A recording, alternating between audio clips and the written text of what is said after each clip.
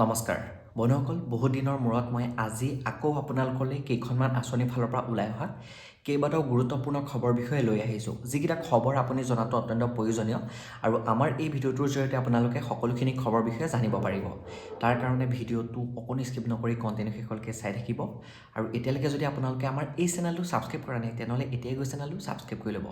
গতিকে আহক বেছি দেৰি নকৰি আজিৰ দিনটোৰ গুৰুত্বপূৰ্ণ খবৰকেইটাৰ ফালে বন্ধুসকল, আজি মই প্ৰথমটো গুৰুত্বপূৰ্ণ খবৰতে আপোনালোকক জনাই দিব বিচাৰিছোঁ CM টিবুলে আঁচনিখনক লৈ পেলাই, মানে মুখ্যমন্ত্ৰী আত্মনিৰ্ভৰশীল অসম আঁচনিখনক লৈ।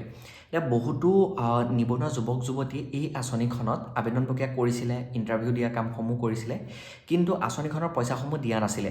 এতিয়া আমাৰ মুখ্যমন্ত্ৰীগৰাকীয়ে ইতিমধ্যে ইয়াৰ পইচা দিয়া তাৰিখটো ঘোষণা কৰিছে। অহা 6 ফেব্ৰুৱাৰী তাৰিখৰ পৰা 15 ফেব্ৰুৱাৰী তাৰিখৰ ভিতৰত এই আঁচনিখনৰ পইচাসমূহ দি পেলাই সমাপ্ত কৰিব আৰু প্ৰায় ৭৫,000 নিবনুৱা যুৱক যুৱতীয়ে 1 লাখ টকা প্ৰথমটো কিস্তিত লাভ কৰিব আৰু বাকী যিটো 1 লাখ টকা পাব, টোটেল 2 লাখ টকা দিয়াৰ কথা আছিলে, সেইটো বেংকৰ পৰা ঋণৰ জৰিয়তে দিব আৰু এই 1 লাখ টকাটো আপোনালোকে কাম কৰি দেখুৱাৰ পিছতহে সেই 1 লাখ টকাটো পাব বুলি মুখ্যমন্ত্ৰীগৰাকীয়ে জনাই দিছে। গতিকে আপোনালোকে যদি এই আঁচনিখনত আবেদন প্ৰক্ৰিয়া কৰিছিলে, ইণ্টাৰভিউ দিয়া কামসমূহ যদি কমপ্লিট কৰিছিলে, তেনেহ'লে এতিয়া 6 ফেব্ৰুৱাৰী তাৰিখৰ পৰা 15 ফেব্ৰুৱাৰী তাৰিখলৈ ৱেইট কৰক। আপোনালোকে এই সময়ছোৱাৰ ভিতৰতে আপোনাৰ যিটো বেংক একাউণ্ট দিছিলে সেই বেংক একাউণ্টত 1 লাখ টকাটো লাভ কৰিব। এতিয়া আপোনালোকে এই আঁচনিখনত আবেদন প্ৰক্ৰিয়া কৰিছিলে নাই, ভিডিঅ'ৰ কমেণ্ট বক্সত কিন্তু এটা কমেণ্ট কৰি জনাই দিবলৈ নাপাহৰিব। এতিয়া আগবাঢ়িছোঁ পিছৰটো গুৰুত্বপূৰ্ণ খবৰলৈ। এই খবৰটো আহিছে মুখ্যমন্ত্ৰী জীৱন প্ৰেৰণা আঁচনিখনক লৈ। মুখ্যমন্ত্ৰী জীৱন প্ৰেৰণা আঁচনিখনত আমাৰ অসমৰ বহুতো যুৱক যুৱতীয়ে আবেদন প্ৰক্ৰিয়া কৰিছিলে, যিসকলে বৰ্তমান পঢ়ি আছে, গ্ৰেজুৱেট কৰি আছে, গ্ৰেজুৱেট পাছ কৰিলে, সেইসকলে আবেদন প্ৰক্ৰিয়া কৰিছিলে। এতিয়া আমাৰ মুখ্যমন্ত্ৰীগৰাকীয়ে ঘোষণা কৰিছিলে আজিৰ পৰা কেইদিনমানৰ আগতে এই আঁচনিখনৰ ওপৰত, আৰু লগতে আজিৰ 2-3 মাহৰ আগতে আঁচনিখনৰ আবেদন প্ৰক্ৰিয়া আৰম্ভ হৈছিলে। এতিয়া আহি পৰিছে পইচা দিয়াৰ তাৰিখ, আৰু লগতে মুখ্যমন্ত্ৰীগৰাকীয়ে যেতিয়া আঁচনিখন মুকলি কৰিছিলে তেতিয়াই ঘোষণা কৰিছিল যে আঁচনিখনৰ পইচা ফেব্ৰুৱাৰী মাহত প্ৰদান কৰিব বুলি। এতিয়া আপোনালোকৰ বাবে এটা ভাল খবৰ যে অহা 10 ফেব্ৰুৱাৰী তাৰিখে যিসকল ছাত্ৰ ছাত্ৰীয়ে গ্ৰেজুৱেট এইবাৰ উত্তীৰ্ণ হৈছে, মানে 2025 বৰ্ষত উত্তীৰ্ণ হৈছে, সেইসকল ছাত্ৰ ছাত্ৰীক আমাৰ অসম চৰকাৰে জীৱন প্ৰেৰণা আঁচনিখনৰ জৰিয়তে যিটো এমাউণ্ট হয় সেই এমাউণ্টটো স্কলাৰশ্বিপ হিচাপে প্ৰদান কৰিবলৈ গৈ আছে। গতিকে আপোনাৰ ল'ৰা ছোৱালীজনীয়ে বা তোমালোকে যদি এইবাৰ গ্ৰেজুৱেশ্যন পাছ কৰিছিলা তেনেহ'লে এই আঁচনিখনত আবেদন প্ৰক্ৰিয়া কৰিছে নাই, কমেণ্ট এটা কৰি জনাই দিবলৈ নাপাহৰিবা। এতিয়া এই জীৱন প্ৰেৰণা আঁচনিখনৰ লগতে আৰু এখন আঁচনি মুকলি কৰিছিলে, জীৱন অনুপ্ৰেৰণা আঁচনি। যিসকল ছাত্ৰ ছাত্ৰীয়ে গৱেষণা কৰি আছে সেই ছাত্ৰ ছাত্ৰীসকলকে এককালীনভাৱে একোটা সাহাৰ্য দিব বুলি ঘোষণা কৰিছিলে, মানে স্কলাৰশ্বিপ। আৰু সেই যিসকল ছাত্ৰ ছাত্ৰী এবাৰ গৱেষণা কৰি আছে সেইসকলক 11 ফেব্ৰুৱাৰী তাৰিখে এই আঁচনিখনৰ যিটো এমাউণ্ট হয় সেইটো প্ৰদান কৰিব। যিসকলে গ্ৰেজুৱেশ্যন কৰি আছে সেইসকলে 10 ফেব্ৰুৱাৰীত পাব, আৰু যিসকলে আপোনাৰ PhD হওক বা এনেকুৱা বিভিন্ন হেৰিয়াৰ ওপৰত গৱেষণা কৰি আছে সেইসকলক 11 ফেব্ৰুৱাৰীত আঁচনিখনৰ টকাটো প্ৰদান কৰিব। গতিকে 10 আৰু 11 ফেব্ৰুৱাৰী তাৰিখে এই দুইখন আঁচনিৰ টকা হিতাধিকাৰীসকলে বেংক একাউণ্টত লাভ কৰিব।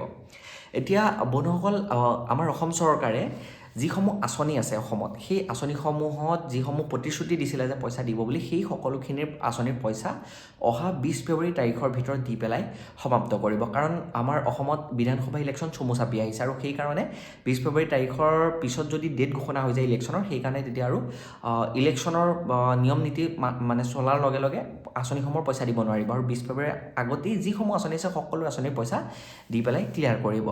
আৰু লগতে এখন বিশেষ আঁচনি আপোনালোকে সকলোৱে জানে, মহিলাসকলৰ অৰুণোদয় আঁচনি।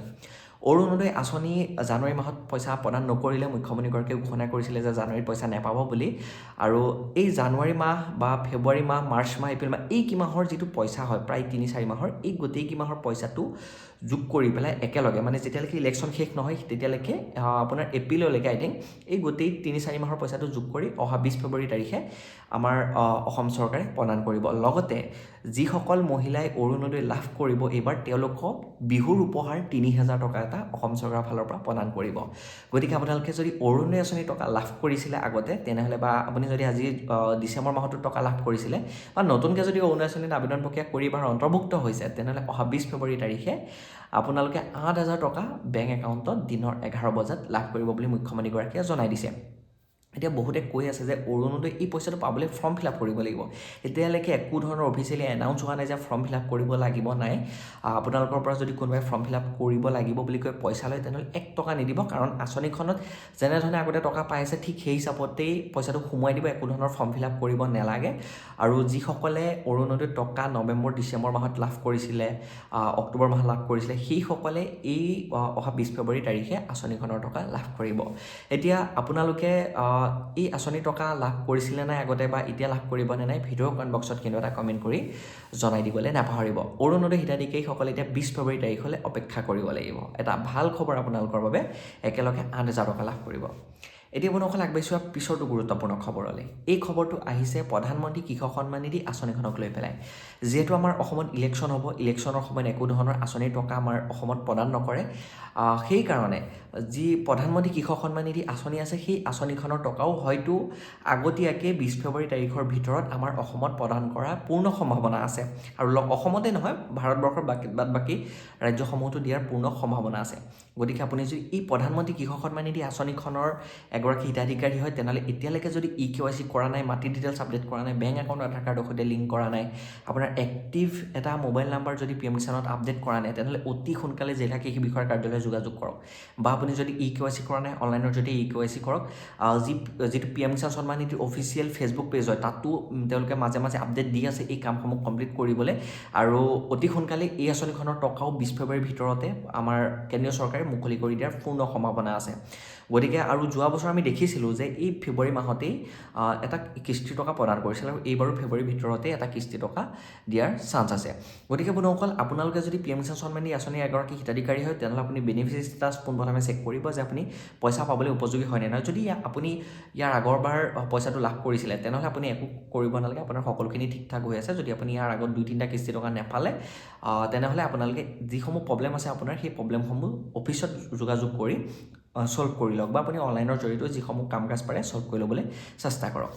এতিয়া বন্ধুসকল আজি এইকেইখন আঁচনিক লৈ পেলাই ইমানখিনি গুৰুত্বপূৰ্ণ মোৰ ওচৰত আছিলে। যদি ইয়াৰ ভিতৰত কোনোবাখন আঁচনিৰ খবৰ বিতংভাৱে আপোনালোকক জনাই দিব লাগে, ভিডিঅ' কমেণ্ট বক্সত কমেণ্ট কৰিব, মই নেক্সট ভিডিঅ'ৰ জৰিয়তে আপোনালোকক জনাই দিবলৈ চেষ্টা কৰিম। আৰু আজি ভিডিঅ'টো ইমানখিনি আছিলে। ভিডিঅ'টো চাই কেনেকুৱা পাইছে কমেণ্ট কৰিব, যদি ভাল পাইছে লাইক এটা কৰিব। ভিডিঅ'টো যিমান পাৰে সিমান আপোনাৰ বন্ধুবৰ্গলৈ শ্বেয়াৰ কৰি দিব নাপাহৰিব। আৰু চেনেলটো যদি ছাবস্ক্ৰাইব কৰা নাই, এনেকুৱা ধৰণৰ খবৰ বিষয়ে পাই থাকিবলৈ চেনেলটো এতিয়াই গৈ ছাবস্ক্ৰাইব কৰিব। গতিকে যিমানখিনি আছিল, আকৌ নেক্সট নতুন এটা ভিডিঅ'ত নতুন এটা টপিকৰ সৈতে লগ পোৱাৰ প্ৰতিশ্ৰুতিৰে আজিলৈ লৈছোঁ বিদায়। জয় অসম, ধন্যবাদ।